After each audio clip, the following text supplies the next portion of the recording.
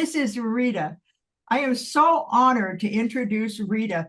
Rita is, briefly, let me just tell you the brief part. Rita is the CEO of the Reserve Foundation International. She's the creator of the Connection Practice and the winner of a Changemakers Innovation Award and author of Completely Connected. And I don't know if you've seen her book. This book, I cannot put it down. I read a chapter a week because it really shows how empathy and insight go hand in hand. Everything changes when you know how to connect. Isn't that right, Rita? So true. Yeah. Absolutely, Barbara. And so when you read her book, you get back in touch with your heart. You get back in touch with why you were born, your destiny. And so I thought, with the fires in LA, this is such an appropriate time to talk about the tragedies that people have to face and how they become resilient. So as author of The Completely Connected, the Nautilus Book Award in Psychology, and her website is www.connectionpractice.org.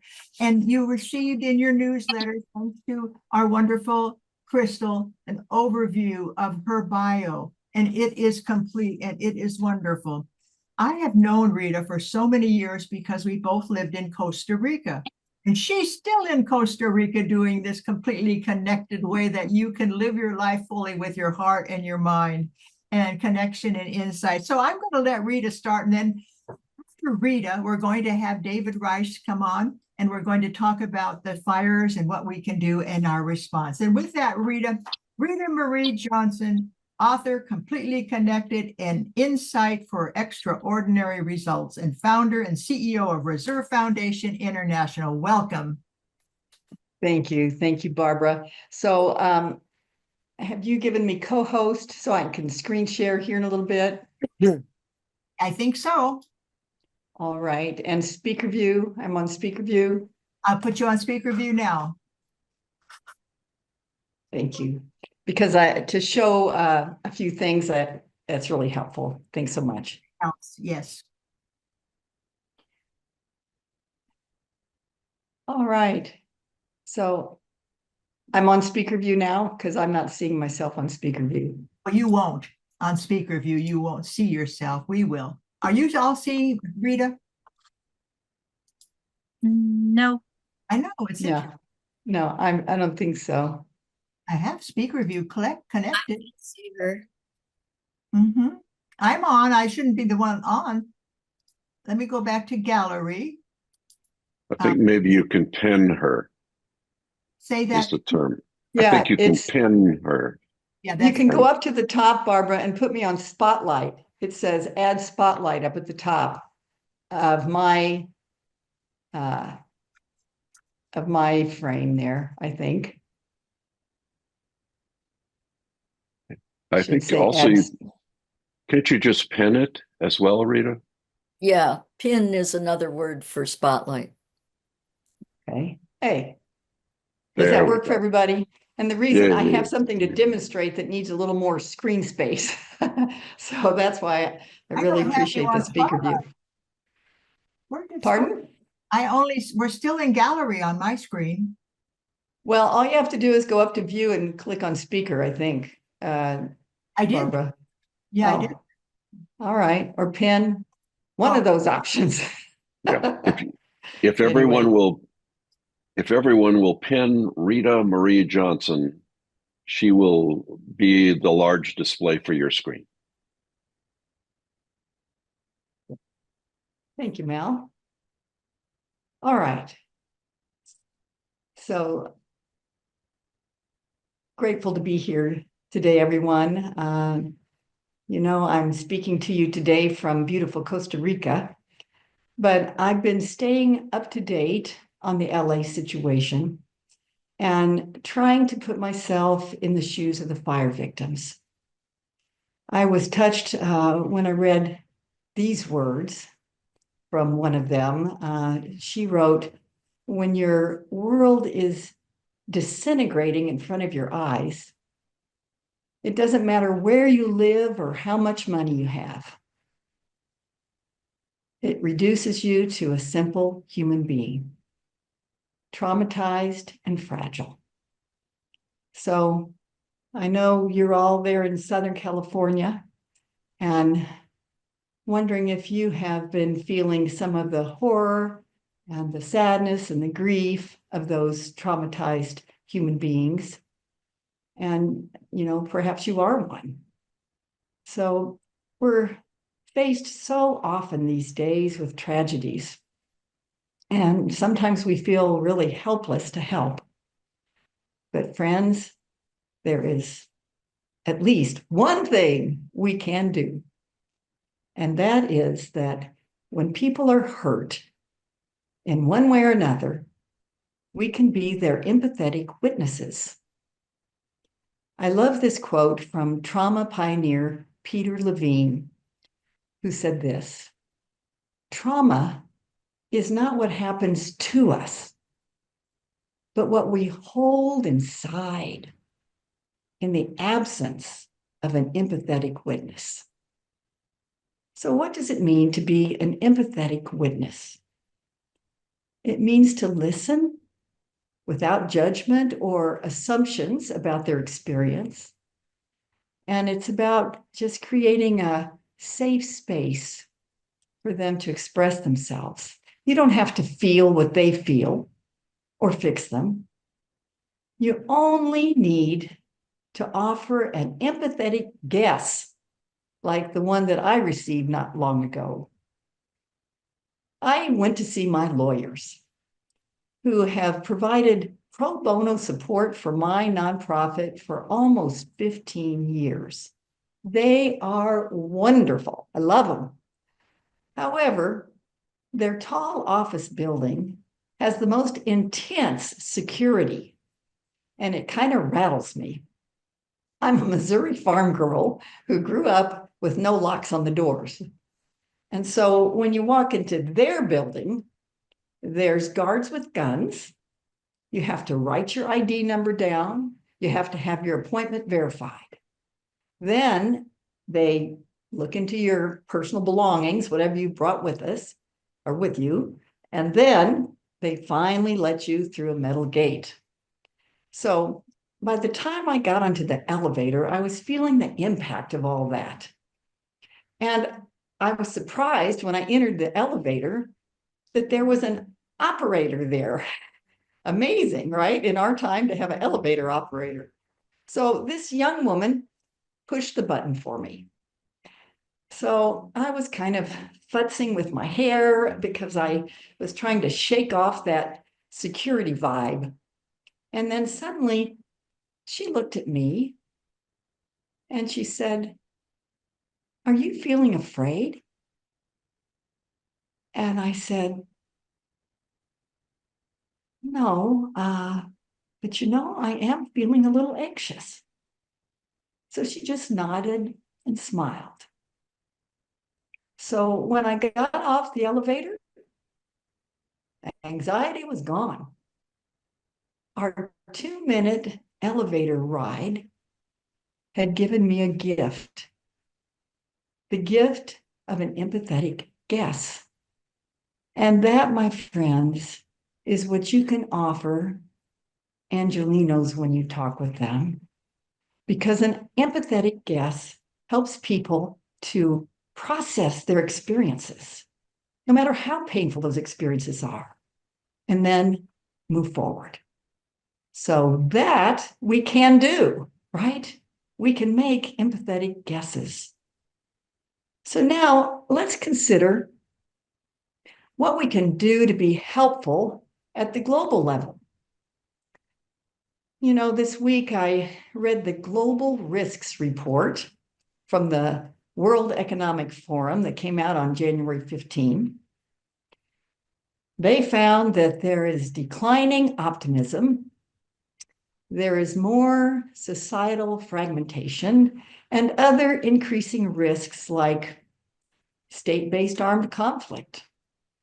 So none of that surprised me, because anybody who tunes into the world situation might come to those conclusions.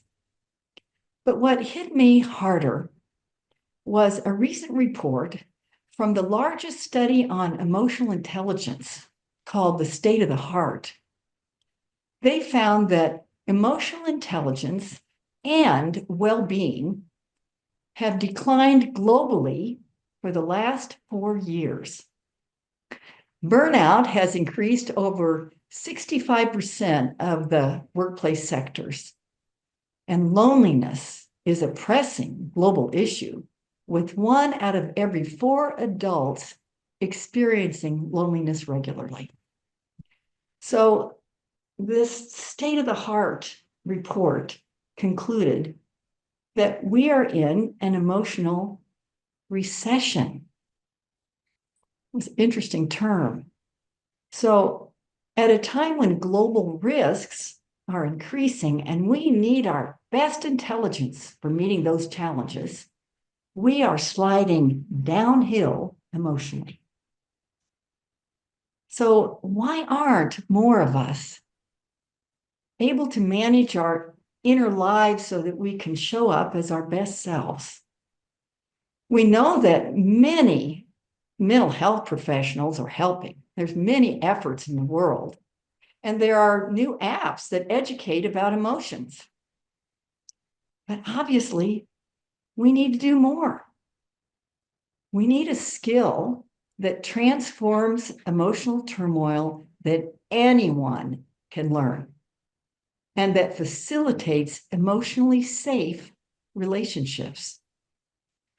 Because when a person becomes self-empowered to quickly release their negative feelings, access their best thinking, and connect safely with others, they'll make positive choices that enrich life.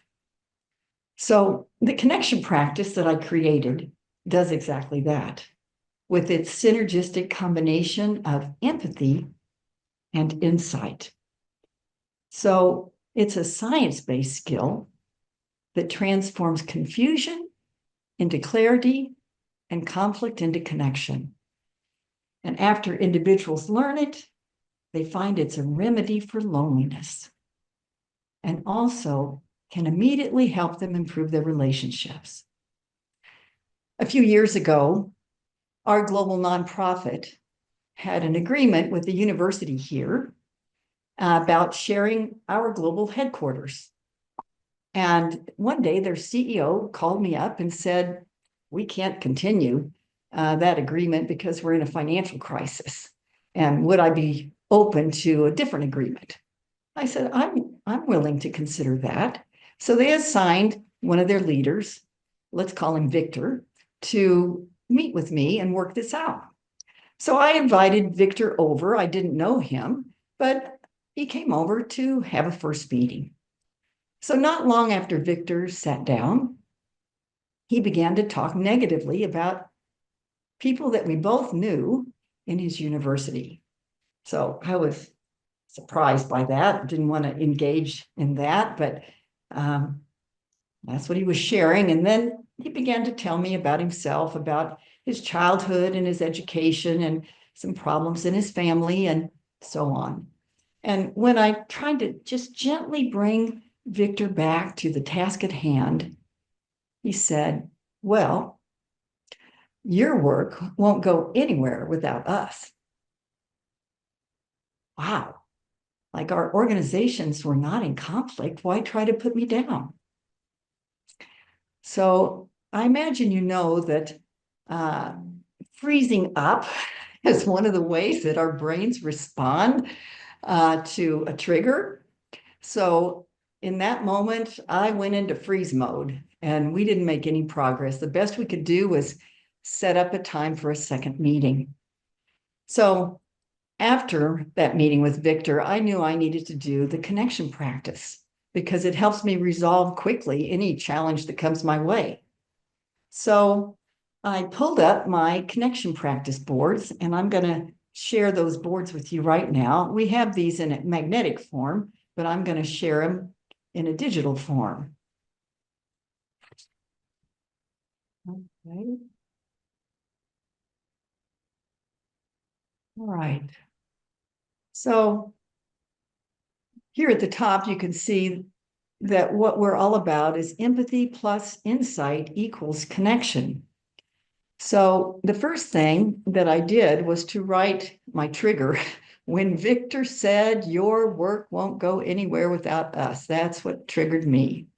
And so from this feelings list, I grabbed some feelings that I was experiencing. And so I felt surprised and confused, resentful, and a little worried about where this was going to go.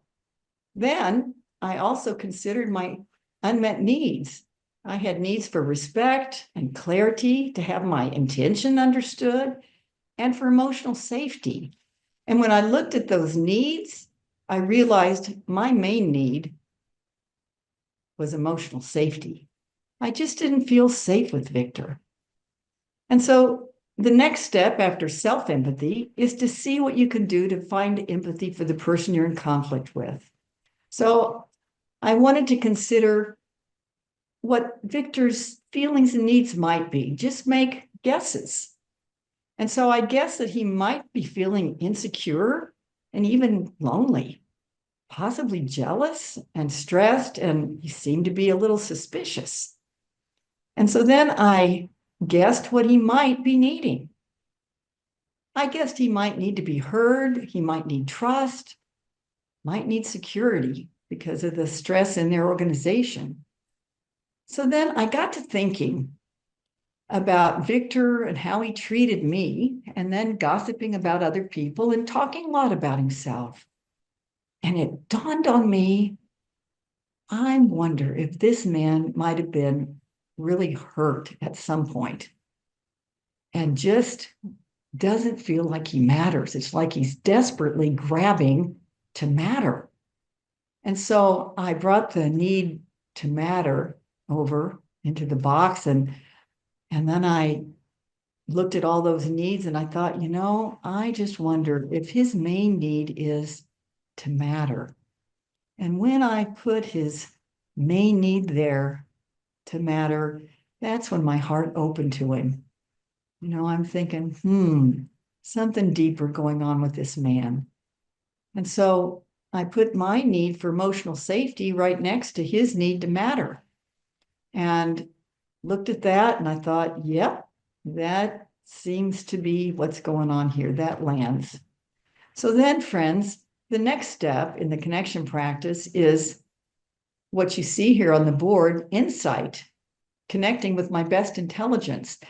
And we do that with something called heart-brain coherence. Now, there's science behind it that I don't have time to go into detail today about. So I'm going to stop my screen share and just give you the essence of it. So when our minds are spinning and our emotions are churning, we need to get our heart and brain in sync. We need to get them working together as a team so that we can access our best intelligence. And so we do that in 3 simple steps, and this is science-based. We use actually biofeedback sometimes to teach it. And so we do these 3 steps of heart focus, putting our attention down in the heart, and then heart breathing. We breathe as if breathing through the heart, and then feeling appreciation for something that's easy for us. And in my case, I used my dog Millie to get me to appreciation. So I did those 3 steps, which moved me into heart-brain coherence. And when I got to that state, I asked myself, what do I need to know about this situation with Victor? And what came to me were some surprising words. Less is more. What? So I had never used that phrase, but I take my insights seriously. And so I thought about it, and I realized I had 10 items on my agenda for my next meeting with Victor. And I thought, better get it down to 1 request. So I did that, and then I was ready for my second meeting with Victor. I planned to keep myself emotionally safe by giving empathy to Victor, because I know when I do that, it's very unlikely someone's going to attack me. And I hoped that by giving him empathy, he would get the message that he matters. So I went out to Victor's office, sat down, and right away, Victor started going down the same road, talking negatively about people at the university. But this time I was ready. This time I subtly offered him empathetic guesses of his feelings and his needs. Like, wow, Victor, that sounds like it was a little hurtful when what you were looking for was support. Is that right? Yes, that's right, he says. And, from what you just told me, it sounds kind of confusing when what you were hoping for was some honesty. Is that it? That's it, exactly, he said. So I was just guessing his feelings and needs, and Victor was nodding, and pretty soon I came with my one request.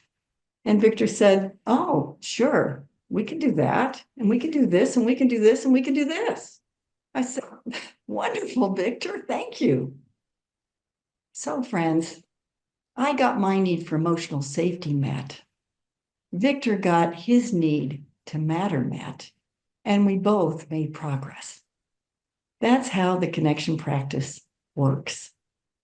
So, our connection practice coaches and trainers have taught over 100,000 adults and children in 20 countries, including Japan and South Korea and Ukraine.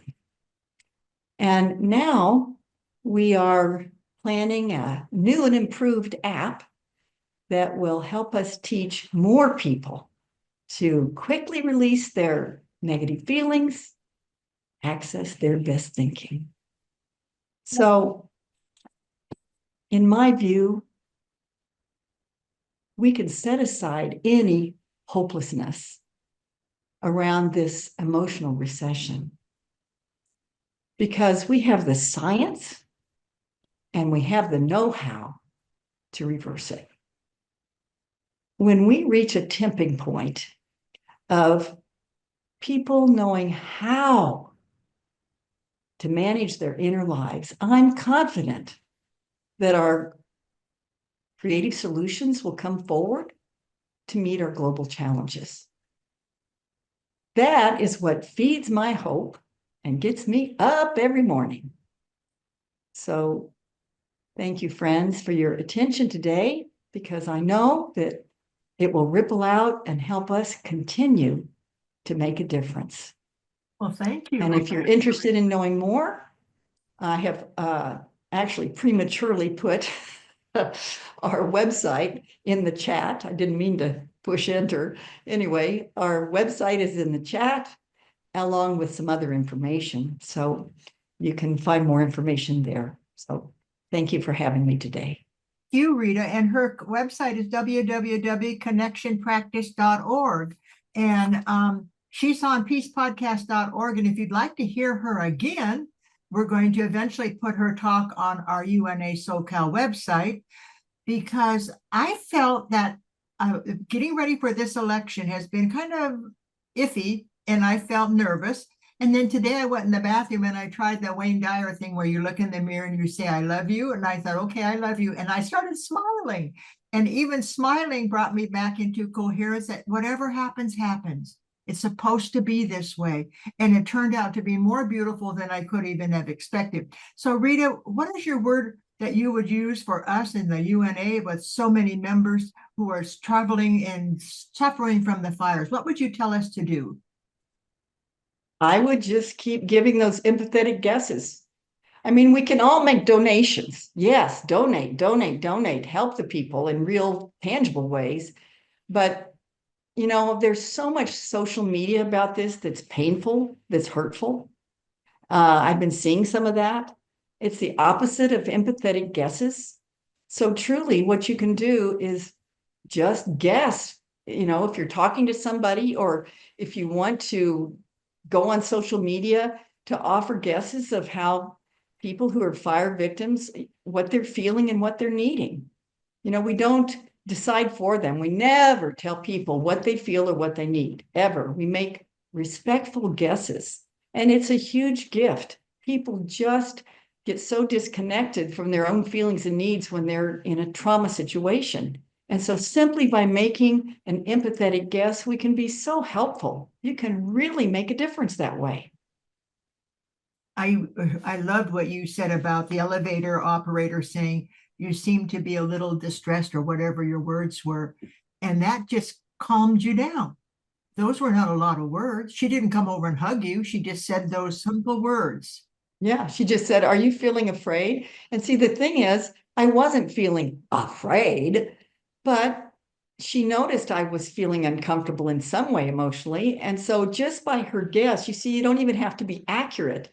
When you make an empathetic guess, you can be wrong and it's fine, because what you're helping is the person to get connected to what they're feeling. And that's what that young woman did. She asked, "Are you feeling afraid?" And I'm going, am I feeling afraid? No, it's not really that. It's that I'm a little anxious. You see, and that helped me just connect with the anxiety instead of, expressing it with my body. I could actually connect with the feeling, and then it was gone. So that's what an empathetic guess does. And I think you can even say the word guess. I'm guessing you're feeling at thus and so, and they'll tell you if they're feeling that. And like with Judith, when they came to her house, she said, "Well, I guess you're feeling helpless." And they said, "Yes, we've lost everything." That was her housekeeper. And she said, "I guess you're feeling helpless." And then Judith went in her bedroom, and I don't know if I'm supposed to tell this story, and she cleaned out her closet and held up things, and they took home what they wanted. And it's just so beautiful when you're doing the guessing, right? Yes. And the thing is, it doesn't take much. It's a little learning. We need a little learning and a little grasp of feelings and needs language. But it is really a skill that goes a long, long way in your relationships, including your intimate relationships. I mean, truly, I've got such a happy marriage now because I've learned this. Didn't have that in the first marriage and needed to learn that skill. So it makes such an immediate difference in our relationships when we can give each other the gift of an empathetic guess. And then friendships, to use that empathetic guess. There's a gal on here today, Judy Day, who's on our membership chair for UNA Santa Barbara. And we were talking about her dog has got arthritis. And I said, "Oh, you must be so sad." And she said, "Yeah, I can't run." And I'm crying now because the way she came back when I said, "You must be feeling so sad." And she said, "Yes, he's been my companion for so many years. And we used to run together, and now he can't even walk a block and a half." So you guess what they're feeling. Exactly. Exactly. And, so many times we might say, "Well, gosh, Barbara, how are you feeling about that?" And the thing is, if you're disconnected, you don't really know. That's the problem. And so instead of asking somebody, "Well, how do you feel?" And besides, that's a little bit invasive.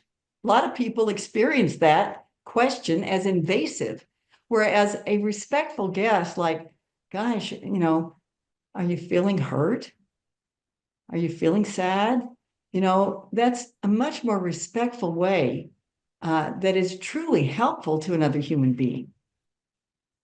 And with grandchildren, I have discovered you don't ask, "How are you doing?" You say, "I see you're so busy. What can I do to help?" Rather, I remember this one grandmother's calling her grandson, and he said, "Don't call me anymore, Grandma, just text me." And she said, "Well, how am I going to hear your voice?" And if she would have said, "I guess you're overwhelmed," or if she would have been with him, maybe he could have taken the phone call. So anyway, I'm not going to give you your advice because you do it all the time. You're a natural at this. And how long did it take you to learn this? I'm still learning it. I mean, there's so much more to this.